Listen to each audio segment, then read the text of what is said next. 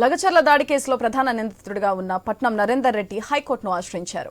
ఒకే ఘటనలో 3 కేసుల నమోదుపై హైకోర్టులో పిటిషన్ వేశారు.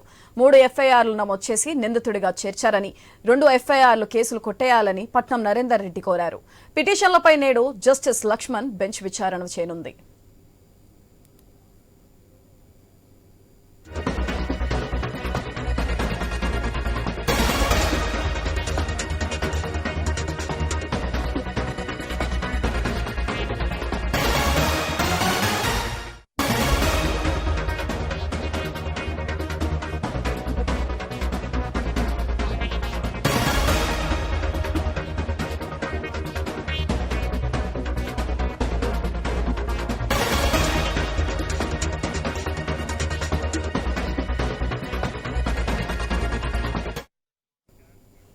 లగచర్ల దాడి కేసులో ప్రధాన నిందితుడిగా ఉన్న పట్నం నరేందర్ రెడ్డి హైకోర్టును ఆశ్రయించారు.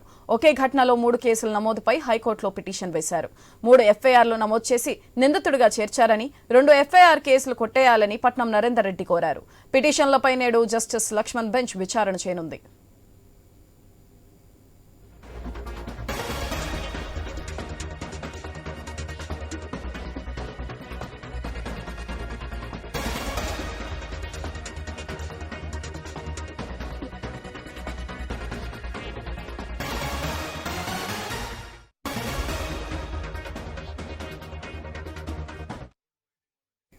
లగచర్ల దాడి కేసులో ప్రధాన నిందితుడిగా ఉన్న పట్నం నరేందర్ రెడ్డి హైకోర్టును ఆశ్రయించారు. ఒకే ఘటనలో 3 కేసుల నమోదుపై హైకోర్టులో పిటిషన్ వేశారు. అయితే దీనికి సంబంధించి మరింత సమాచారం మా బ్యూరో చీఫ్ రాజు ఫోన్ లైన్ ద్వారా అందిస్తారు. రాజు,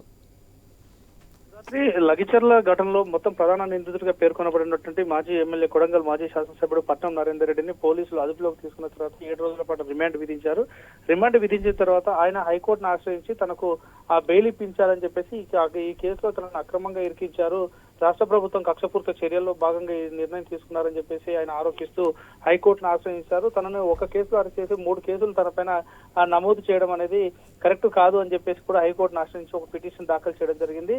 3 ఎఫ్ఐఆర్లు నమోదు చేసి నిందితుడిగా చేర్చారని చెప్పేసి, అదేవిధంగా 2 ఎఫ్ఐఆర్లు కొట్టేయాలని చెప్పేసి కూడా పట్నం నరేందర్ రెడ్డి హైకోర్టును ఆశ్రయించారు. దీనికి సంబంధించినటువంటి పిటిషన్లపైన జస్టిస్ కూనూరు లక్ష్మణ్ గౌడ్ సంబంధించిన బెంచ్ ఈ రోజు విచారణ చేపడతా ఉంది. సో మరి ఆయన 7 రోజుల పిటిషన్ గడువు ముగిసిన తర్వాత, రిమాండ్ గడువు ముగిసిన తర్వాత ఎటువంటి నిర్ణయం తీసుకుంటుంది, పిటిషన్ పట్నం నరేందర్ రెడ్డి తరపు వేసినటువంటి పిటిషన్ ని కోర్టు యాక్సెప్ట్ చేస్తుందా, దానిపైన విచారణ చేసి రిజెక్ట్ చేస్తుందా అనేది కూడా చూడాల్సిన అవసరం ఉంది. సుధాత్రి, రైట్, థాంక్యూ రాజు.